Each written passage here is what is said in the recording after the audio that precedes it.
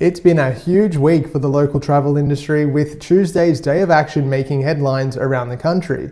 Unfortunately, that didn't stop even more cruise cancellations.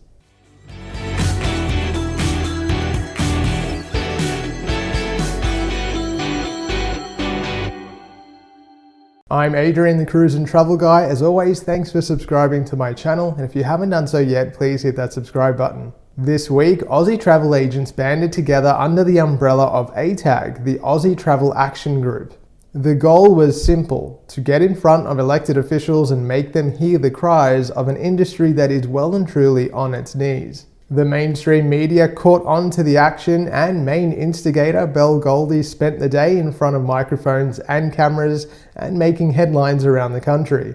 If you haven't watched my interview with Belle yet, make sure you give it a view after this week's cruise news update. I've popped a link in the description box below. The day was a success in many ways, bringing to the fore the continuing issues that many agents are facing working in a crippled industry. Agents highlighted the lack of financial support as well as government apathy. I hope to connect with Belle again soon for an update on this important cause. In the wake of this industry-initiated action, though, both our local cruise lines, Carnival and P&O, have yet again announced further pause extensions. Carnival have suspended its departures through to and including 31st of May on the Sydney-based Splendor, and through to and including the 29th of May on the Brisbane-based Spirit. P&O have cancelled their voyages from both Brisbane and Sydney through to and including the 28th of May this year. This means that both lines have their first voyages set for winter getaways.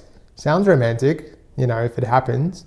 Weeks ago, I brought you the news that Tahiti was banning large cruise ships from visiting a number of its idyllic islands. This will directly affect a number of the trans-Pacific voyages which meander their way through the South Pacific from North America to Australia. One of the highlights on those itineraries was always a stop in Bora Bora. Well, Celebrity have just announced that Raiatea, the second largest of the Society Islands after the island of Tahiti, will replace Bora Bora. The new island destination looks just as spectacular as her neighbours, and I'm sure passengers won't feel shortchanged. Crystal Cruises are in a bit of a pickle. Last week, I brought you the news that their parent company Genting Hong Kong had filed for bankruptcy. As a result, Crystal suspended its voyages through to the end of April. It seems, however, that the company has left a few unpaid bills in its wake. One company has filed a lawsuit in the US federal court claiming they are owed millions in unpaid fuel bills. As a result of the suit, a US federal judge ordered the seizure of the ship. To circumvent the arrest warrant, instead of ending its cruise in Miami as planned,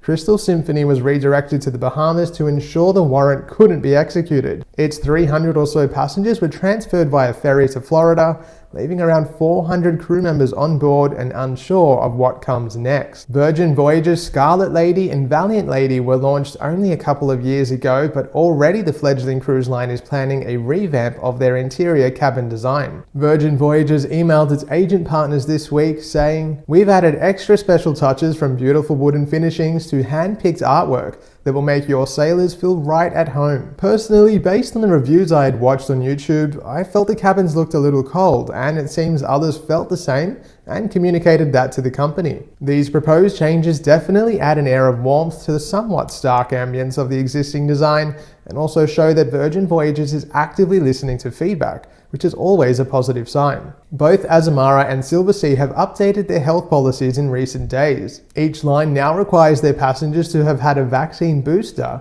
if they are eligible for one in order to sail. Otherwise, the policy remains that all guests must have had their second dose at least 14 days before departure. The new booster requirement comes into effect from March 1st. Well, that's about it for this week's cruise news update. If you haven't subscribed to my channel yet, please do. And if you are looking to book a cruise, you can head to my website, thecruiseandtravelguy.com.au. You can also follow me on Facebook and Instagram at The Cruise and Travel Guy. Thank you very much for watching. Stay safe, and I'll see you soon. Thanks so much for subscribing to my channel. It does mean a lot to me. If you haven't done that yet, please hit the subscribe button. I'm begging you. The goal was simple: to get in front of elected officials.